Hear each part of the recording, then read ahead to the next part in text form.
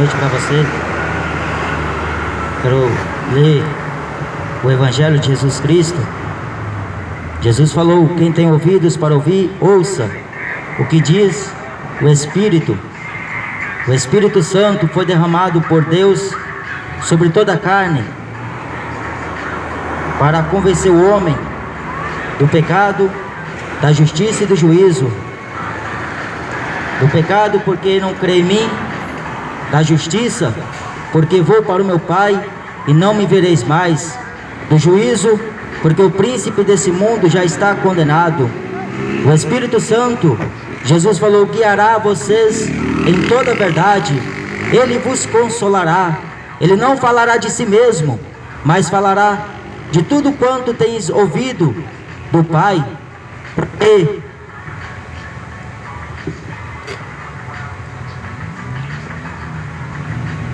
O Evangelho de Mateus,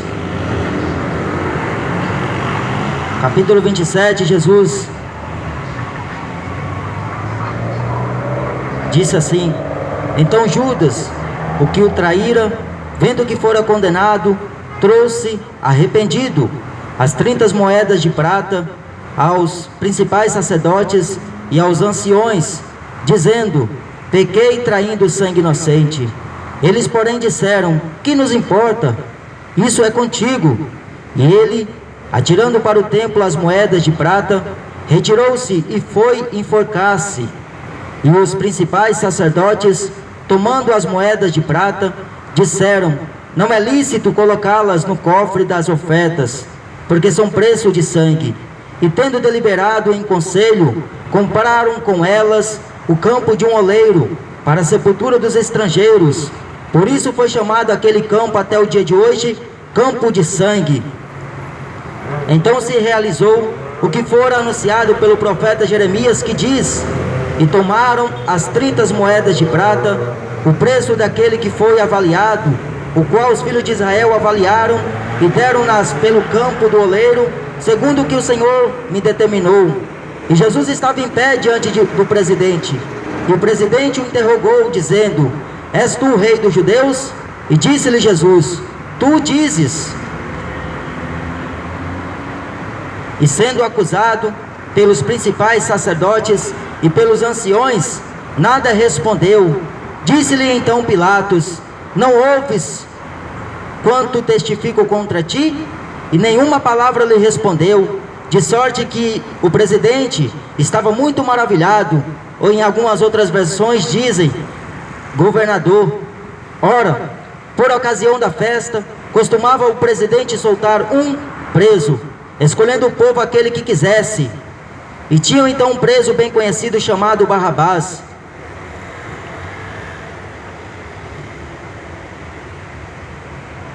Então soltou-lhes Barrabás, e tendo mandado açoitar a Jesus, entregou-o para ser crucificado. E logo os soldados do presidente, conduzindo Jesus à audiência, reuniram junto dele toda a corte, e despindo-o, o cobriram com uma capa de escarlate, e tecendo uma coroa de espinho, puseram na sua cabeça, e em sua mão direita uma cana, e ajoelhando diante dele, o escarnecia, dizendo: salve, rei dos judeus! E cuspindo nele, tiraram-lhe a cana, e batiam-lhe com ela na cabeça. E depois de o haverem escarnecido, tiraram-lhe a capa, vestiram-lhe as suas vestes, e o levaram para ser crucificado.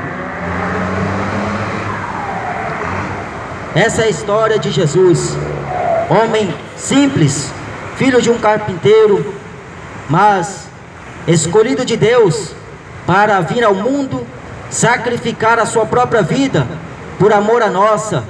Ele mesmo disse: ninguém atira minha vida, mas eu mesmo a dou e volto a tomá-la de volta. Porque Jesus tem poder sobre a vida e sobre a morte. Quando Jesus começou o seu ministério lá na Judéia, aproximados 30 anos, ele com 3 anos e meio, fez o que homem nenhum poderia fazer. Homem nenhum poderia chegar nem aos pés, nem às unhas dele, na verdade. Nem pode nem comparar Jesus com homem nenhum, porque Jesus era perfeito era inocente, era homem justo, era homem santo, era separado. Ele era o Cordeiro de Deus, que disse João Batista: eis aí o Cordeiro de Deus, que tira o pecado do mundo. Esse mesmo Cordeiro, que foi sacrificado antes da fundação do mundo, antes do princípio das coisas, ele desceu na terra. O apóstolo Paulo disse lá em Filipenses 2, que ele, não tendo por usurpação ser igual a Deus, mas aniquilou-se, ele rejeitou tudo aquilo que era dele para assemelhar os homens, e a Bíblia diz que ele fez servo dos homens. Ele desceu aqui na terra, o próprio Deus, o Deus que Isaías servia, o Deus que Moisés viu face a face, o Deus que Isaías também ele falou no capítulo 3, dizendo que o séquito da sua glória angelical não pode o homem enxergar, não pode o homem nem sequer olhar, porque é uma glória incomparável. A glória de Deus, ela é grandiosa, que até quando Moisés o viu, Moisés não suportou. Deus falou: olha, Moisés, se você olhar para a minha glória, você vai morrer, como também este povo, o povo de Israel, o povo escolhido de Deus. Mas Deus, ele é riquíssimo em misericórdia, por isso que ele desceu aqui na terra. Ele era o próprio Deus em carne, reconciliando consigo o mundo, aquele mundo que próprio foi feito por ele. A Bíblia diz em João capítulo 1, que ele veio para o que era seu, e os seus não receberam. Estava no mundo, e o mundo foi feito por ele, mas o mundo não conheceu. Esse Deus grande e poderoso, que se fez tão pequeno para confundir teólogos, para confundir religiosos, para confundir mestres, doutorados, magistrados, presidentes, qualquer um que se apresentava a Jesus, Jesus respondia com mansidão e sabedoria de palavras, a ponto de eles não entender. Teve um dia que na oportunidade que eles tiveram, os principais religiosos trouxeram uma mulher pega em um ato de adultério e trouxeram até Jesus para eles ver o que Jesus pensava ou o que Jesus ia falar, se Jesus condenaria ela segundo a lei de Moisés, ou o que ele diria. E Jesus continuou quieto, e aqueles fariseus, aqueles anciões do povo, falou para ele: olha, mestre, esta mulher nos ordena a lei que ela tem que morrer de apedrejamento, porque ela foi pega no seu ato, adulterando com um homem, traindo seu marido. Só que Jesus olhou para eles e disse: qual dentre vós que não tem pecado, que atire a primeira pedra. Desde o mais velho até o mais novo, eles soltaram as suas pedras, porque o homem é miserável, pecador.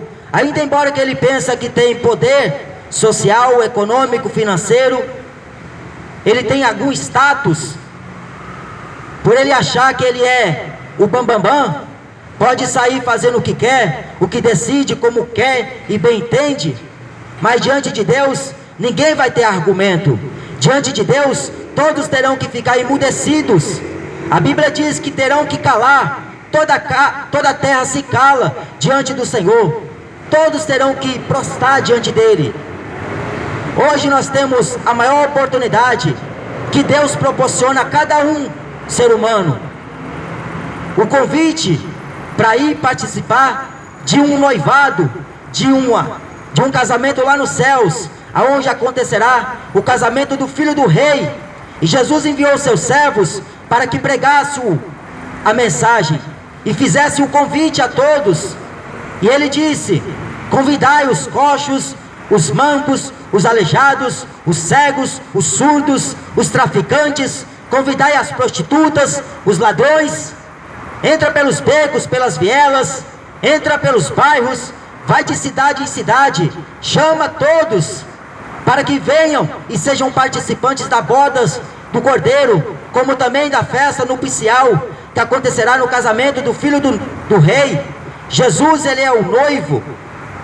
Nós somos a igreja dele, a esposa do esposo.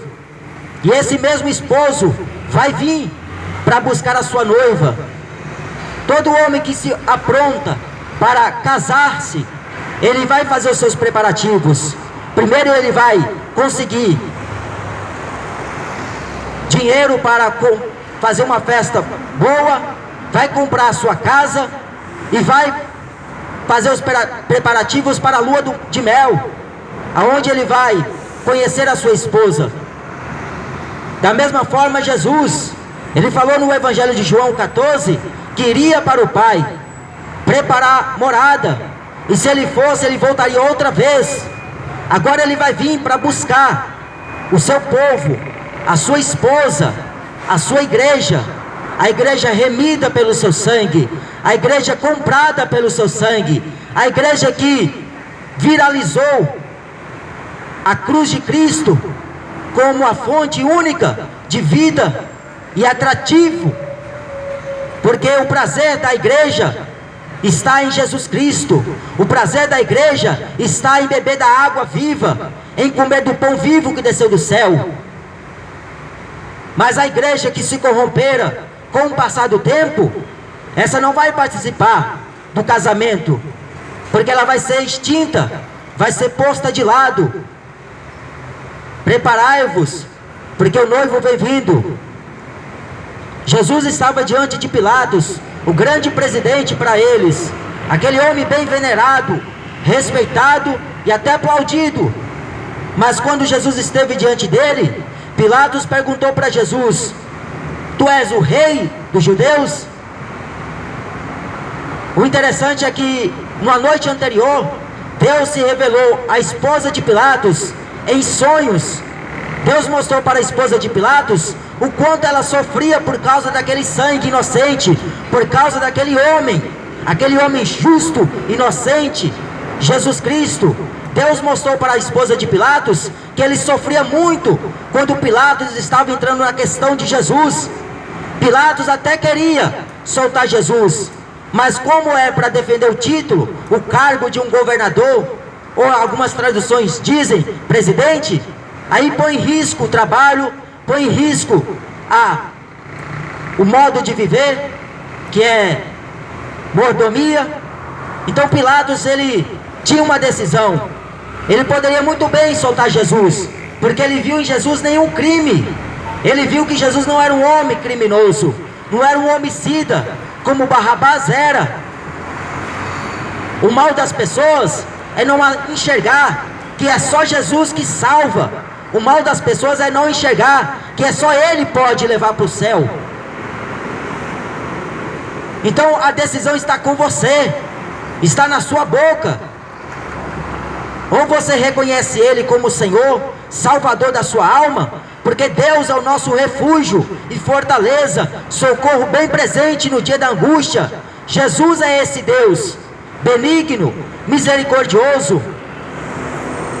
Mas Ele veio aqui na terra e foi levado até a audiência por homens pecadores, homens que queriam governar, homens que queriam tomar de qualquer custo a herança que pertencia ao Filho. Mas eles eram ambiciosos, avarentos, homens presunçosos, que queriam justificar suas obras diante dos homens. E a Bíblia diz que aquilo que o homem eleva diante dos homens, perante Deus é abominação. O que você reconhece diante do seu próximo, para Deus é abominação. Pode reconhecer um e outro como homem bom, como homem legal, mas diante de Deus é uma abominação. O que importa para Deus é o que você tem que reconhecer: Ele como Senhor, como Deus da glória, como Deus onipotente, como Deus o Todo-Poderoso, o Altíssimo. Mas o próprio Deus estava diante do juízo humano. O próprio Deus teve que estar com uma coroa de espinho, sendo escarnecido, zombado, cuspido. Eles manietavam a cabeça quando vira Jesus, porque diziam é o rei dos judeus. Porque a condenação de Jesus era porque ele disse que era o Filho de Deus. Ele falou: ninguém subiu ao céu, senão aquele que desceu do céu, o Filho do homem. Então o Filho do homem, Jesus falou, assim como Moisés levantou a serpente lá no deserto, importa que o Filho do homem seja levantado por esta geração. Só que os fariseus entenderam aquela palavra, que Jesus estava falando de si próprio. A serpente lá no deserto era a representação, a figura de Jesus, que todo aquele que pecava tinha que olhar para aquela serpente, para que fosse curado do seu pecado, fosse perdoado. Mas era Deus, diante de Pilatos, diante dos principais sacerdotes, diante dos anciões do povo, e diante daquela multidão, e ele sendo julgado por homens pecadores, um Deus santo teve que se apresentar diante de homens pecadores corruptos de entendimento, porque a cultura levara Jesus para a cruz, a crucificação. A política daquela época levou Jesus para estar diante de um grande presidente, que tinha ele posição para julgar quem ele quisesse, porque Roma dava esse direito para o presidente, o governador Pilatos, e eles não pensaram outra coisa senão levar Jesus até a audiência. E Pilatos ouviu tudo acerca de Jesus. Eles viram Pilatos viram que eles estavam tentando matar Jesus a qualquer custo, a ponto de dizer que ele havia realmente estado nessa posição para ser condenado à morte. E Pilatos queria soltar Jesus, mas eles não queriam. Pilatos até lavou as mãos para não entrar na questão, para não entrar contra aquele sangue inocente. Pilatos falou: eu não tenho nada a ver com a morte deste homem justo, deste homem santo, porque eu não vejo crime nele. Mas olha para o país de hoje, olha para o mundo hoje, é crime disto, é ladrão para aquilo, é roubo e roubo, pessoas querendo se dar bem em cima de outras, a corrupção é extrema, a corrupção não tem limite para ela. Mas Jesus era um homem santo. E Pilatos falou: nós temos por costume, no tempo da festa da Páscoa, soltar um preso. Tem um aqui, é Barrabás, é conhecido, é um ladrão, é um homicida, é um matador, sanguinário, gosta de atirar só para ver cair. Pilatos falando que tinha Barrabás para eles escolher. E até Pilatos pensou que eles escolher Barrabás. Mas quando Pilatos ouviu que era Jesus, ele ficou surpreendido. Aquela geração possessa de demônios, aquela geração maligna, aquela geração adúltera, aquela geração que não queria saber de salvação, pegou Jesus e colocou diante de toda aquela multidão: está aqui Jesus, o rei dos judeus, está aqui Barrabás, o homicida. Só que eles gritavam com veemência: solta Barrabás e crucifica Jesus, solta este ladrão para nós, deixa Jesus, que a morte vai esperá-lo. Aí hoje você faz a pergunta para a pessoa: quer aceitar Jesus? Ah, não estou pronto, não estou preparado, deixa para amanhã, quem sabe amanhã eu dou um jeitinho, eu vou conseguir. E se você morrer agora, sem salvação, a Bíblia diz que acorda no inferno, porque foi para lá que o rico foi. Porque o rico tinha dinheiro, mas não tinha nome. O rico tinha posição, mas não tinha o nome, que era o mais importante. Morreu e acordou no inferno. Os testemunhos de Jeová não acreditam que o inferno existe. Os adventistas do sétimo dia também não acreditam em inferno. Mas Jesus falou mais do inferno do que do céu. E ele falou que a porta é estreita e o caminho apertado. São poucos que conseguem entrar nela. Mas a porta espaçosa, o caminho largo, multidão. Vai roqueiro, vai funkeiro, vai futebolistas, vai atletistas. Na porta espaçosa vai entrar multidões. Porque é poucos que Jesus falou serão salvos. Poucos que quer de fato andar com Deus, como Enoque andou, como Abraão andou, como Noé andou com Deus. É poucos. Sabe por quê? Porque para você andar com Ele, tem que negar a si mesmo, morrer todo dia para os desejos da carne, morrer para a sensualidade, morrer para a pornografia, tem que morrer para o futebol, tem que morrer para a cachaça. Para andar com Jesus, o homem terá que negar a si mesmo, cada dia tomar a sua cruz. Não é só hoje, é cada dia. Jesus falou que basta cada dia o seu mal. Mas está aí a escolha. Ou você escolhe o mundo, representado por Barrabás, ou Jesus, representado pela igreja. A igreja tem uma só mensagem. Eu não estou dizendo do grande templo da Universal, não estou dizendo do templo do Valdomiro Santiago, estou dizendo da igreja, que não é voltada à religiosidade e nem à política. É a igreja que se mantém pura aos olhos de Deus, é a igreja que ora constantemente, é a igreja que vive uma vida só para Ele, porque Ele é a cabeça da igreja.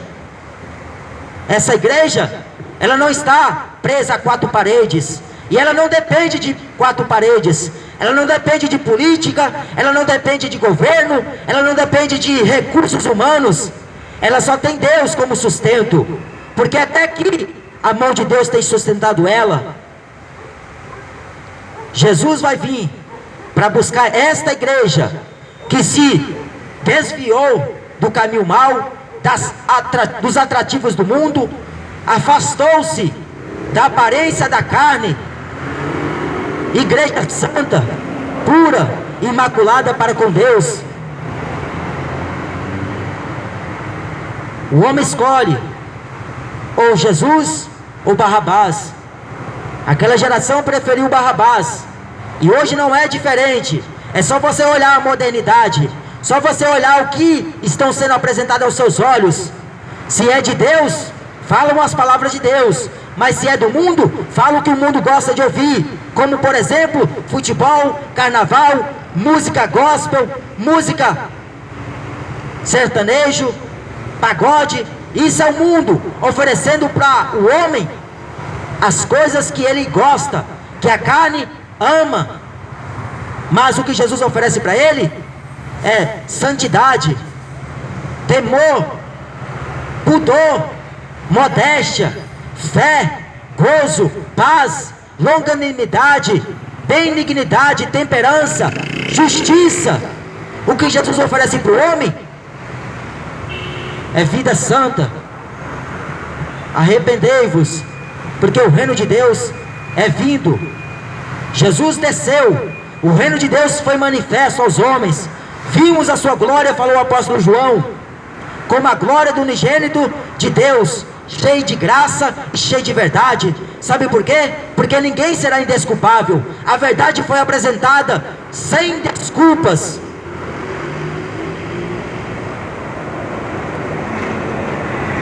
A verdade esteve diante de Pilatos, face a face. Quando ela falou, eu nasci para dar testemunho da verdade, Pilatos perguntou o que é verdade, mas não quis ir a fundo, porque esta verdade, o homem só descobre ela na oração, joelho no chão, boca no pó. Só descobre esta verdade quando ele se humilha perante a mão de Deus.